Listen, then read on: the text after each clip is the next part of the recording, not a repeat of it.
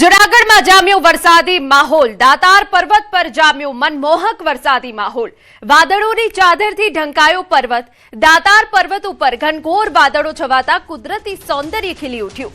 Pre monsoon એક્ટિવિટીને પગલે દાતાર વિસ્તારમાં વાતાવરણમાં પલટો આવ્યો। ઠંડા પવનો અને વાદળછાયા વાતાવરણથી લોકોને ગરમીમાંથી રાહત મળી। દાતારની ટેકરીઓ પર વાદળોના અદ્ભુત દ્રશ્યો જોવા ઉમટી પડ્યા પ્રવાસીઓ અને સ્થાનિકોએ કુદરતના મનમોહક નજારાનો ભરપૂર આનંદ માણ્યો।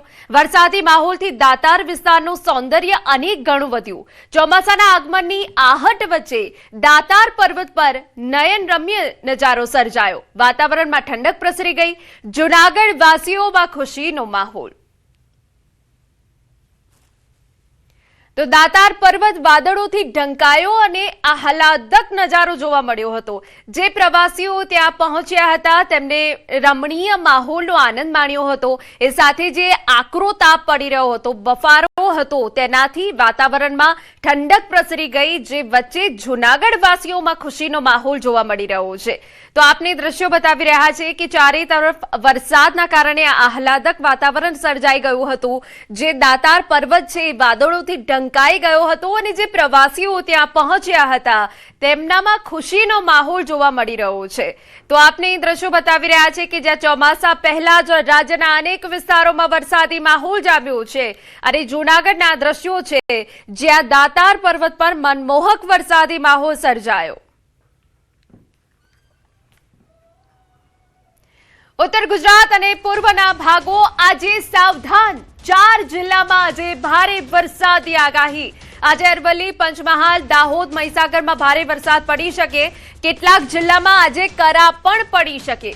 10 જિલ્લામાં આજે પવન સાથે કરા પડી શકે। હવામાન વિભાગના મતે બનાસકાંઠા, મહેસાણા, સાબરકાંઠા, અરવલ્લી, પંચમહાલ, દાહોદ, મહીસાગર, વડોદરા, છોટા ઉદેપુર, નર્મદામાં આંધી તોફાન સાથે કરા પડી શકે। રાજ્યના 11 જિલ્લામાં તેજ પવન સાથે વરસાદની આગાહી। 50 થી 60 કિલોમીટરની ઝડપે તેજ પવન ફૂંકાઈ શકે। ગાજવીજ તેજ પવન સાથે વરસાદ ખાબકી શકે। અમદાવાદમાં થંડર સ્ટ્રોમ એક્ટિવિટી સાથે વરસાદ પડી શકે। હવામાન વિભાગના મતે અમદાવાદ, ગાંધીનગર, પાટણ, ખેડા, આણંદ, ભરૂચ, સુરત, ડાંગ, નવસારી, વલસાડ, તાપી, દમણ, દાદરા નગર હવેલીમાં વરસાદની આગાહી છે। તો રાજ્યના 9 જિલ્લામાં થંડર સ્ટ્રોમ એક્ટિવિટી થઈ શકે। 40 થી 50 કિલોમીટરની ઝડપે પવન, ગાજવીજ સાથે વરસાદ થઈ શકે। હવામાન વિભાગના મતે સુરેન્દ્રનગર, રાજકોટ, જૂનાગઢ, અમરેલી, ભાવનગર, મોરબી, ગીર સોમનાથ, બોટાદ, કચ્છ અને દીવમાં વરસાદ पड़ी શકે। वाले 7 दिनों के लिए जो गुजरात स्टेट के लिए फोरकास्ट है उसमें आने वाले 7 दिनों की बात करेंगे तो डे 1 से लेकर डे 7 तक लाइट टू मॉडरेट रेन का पूर्वानुमान है गुजरात रीजन में और साथ में सौराष्ट्र और कच्छ रीजन में। और जो डिस्ट्रिक्ट हैं जहाँ पर हैवी रेनफॉल की वार्निंग है डेटो के लिए वो डिस्ट्रिक्ट है अरावली, महीसागर, दाहोद और कंजूमहल। और डे 3 के लिए साबरकांठा, अरावली, महीसागर, दाहोद, कंजूमहल और छोटा उदयपुर। और डे 4 के लिए नर्मदा, तापी और डांग डिस्ट्रिक्ट शामिल है जहाँ पर हैवी रेनफॉल की वार्निंग है।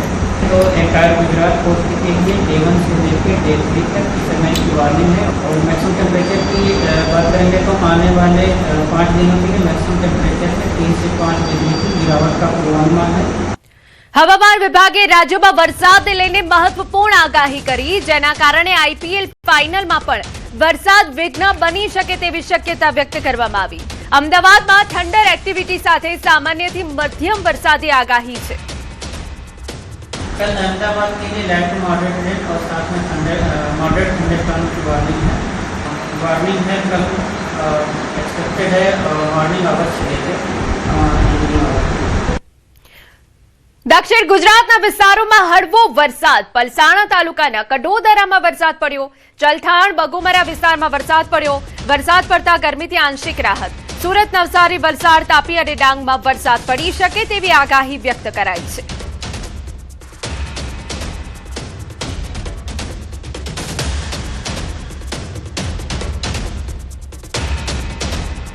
સમાચાર ગીર સોમનાથમાંથી દરિયાકાંઠાના ગામોમાં વરસાદી ઝાપટા પડ્યા। ઉના, કોડીનારના દરિયાકાંઠાના ગામોમાં વરસાદી ઝાપટા। વરસાદી ઝાપટાથી ગીરમાં કેસર કેરી પકવતા ખેડૂતોની ચિંતામાં વધારો। જંગલ વિસ્તારમાં વરસાદી ઝાપટાથી કેસર કેરીના પાકને નુકસાનની ભીતિ।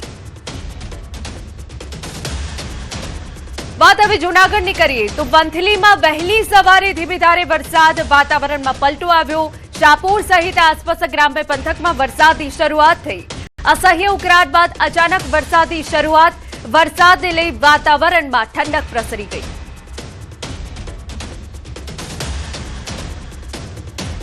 છોટાઉદેપુરથી અહેવાલ, ભારે પવનના કારણે રેલવે ટ્રેક પર ઝાડ પડ્યું. જબુગામ નજીક રેલવે ટ્રેક પર ઝાડ પડ્યું. ઝાડ પડતા વીજ લાઇનમાં નુકસાન થયું. વાવાઝોડા સાથે થયેલા વરસાદને લઈ રેલ સેવા પર અસર.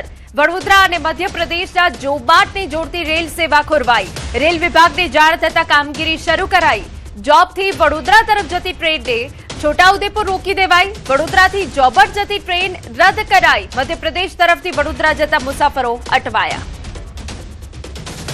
છોટાઉદેપુર જિલ્લામાં ગત રાત્રિએ જે ભારે વરસાદ થયો છે, પવન સાથે જે વરસાદ થયો, જેના કારણે અનેક વિસ્તારોની અંદર પાણી ભરાયા હતા. સાથે સાથે જે મોટું જે નુકસાન કહી શકાય કે રેલવે વિભાગનું, આપ જે જોઈ શકો છો કે બોડેલી તાલુકાના જબુગામ પાસે જે ઝાડ જે છે તે રેલવે ટ્રેક પર પડી જતા જે તમામ જે તારો છે તે તૂટી ગયા છે. હાલ રેલવેની ટીમ અહીં પહોંચી આવી છે અને જે ઝાડ છે તેને કાપવાની કામગીરીમાં લાગી ગયા છે. અને જે બીજી એક ટીમ છે કે તેઓ વાયર જે છે એને રિપેરિંગ કામ કરવાની લાગી ચૂક્યા છે. પરંતુ ખાસ મહત્વની બાબત એ છે કે જે બરોડાથી એટલે પ્રતાપનગરથી જે ટ્રેન આવે છે તે બોડેલી તરફ રોકી દેવામાં આવી છે અને સાથે જે અલીરાજપુર એટલે મધ્યપ્રદેશથી જે ટ્રેન આવે છે તેને છોટાઉદેપુર ખાતે રોકી દેવામાં આવી છે.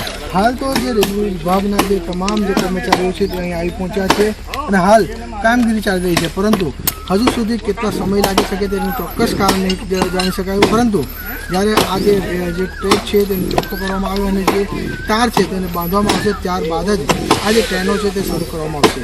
હાલ પૂરતી આ જે ટ્રેનો છે તેને રોકી દેવામાં આવી છે. સેજબ ખત્રી, ન્યૂઝ 18 ગુજરાતી, છોટાઉદેપુર. છોટાઉદેપુર જિલ્લામાં મધરાત્રિના સમયે વાવાઝોડા સાથે થયેલા વરસાદને લઈ નેશનલ હાઈવે નંબર 56 ઉપર શેડના પતરા ઉડ્યા. હાઈવેની બાજુમાં આવેલ તબેલાના પતરા ઉડ્યા. સતત ધમધમતા હાઈવે પર ભારે રહે છે વાહનોની અવરજવર. સદનસીબે કોઈ જાનહાનિ નથી થઈ. આ તરફ છોટાઉદેપુરના આમરોલ ગામે વૃક્ષ પડતા એકનું મોત થયું. નસવાડીમાં રાત્રે ફૂંકાયેલ વાવાઝોડા દરમિયાન બની ઘટના. વૃક્ષ પડતા એક વ્યક્તિ નીચે દબાઈ જતા મોત થયું. મૃતદેહ પોસ્ટમોર્ટમ અર્થે ખસેડાયો.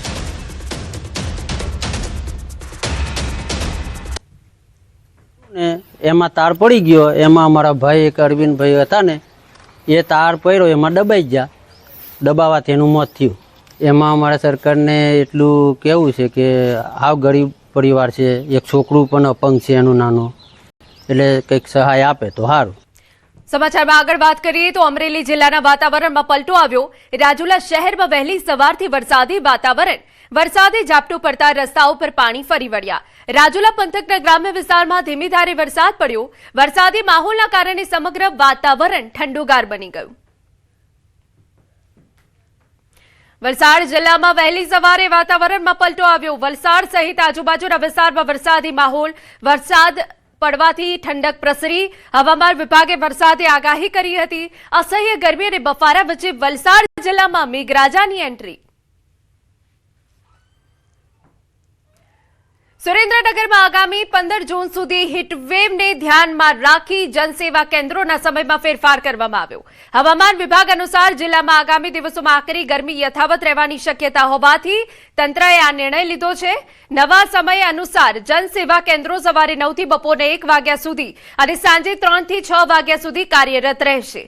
નવા શૈક્ષણિક સત્રની શરૂઆતના કારણે વિદ્યાર્થીઓ અને નાગરિકો વિવિધ દાખલાઓ માટે મોટી સંખ્યામાં આવતા હોવાથી વ્યવસ્થાને ધ્યાનમાં રાખી આ ફેરફાર કરવામાં આવ્યો.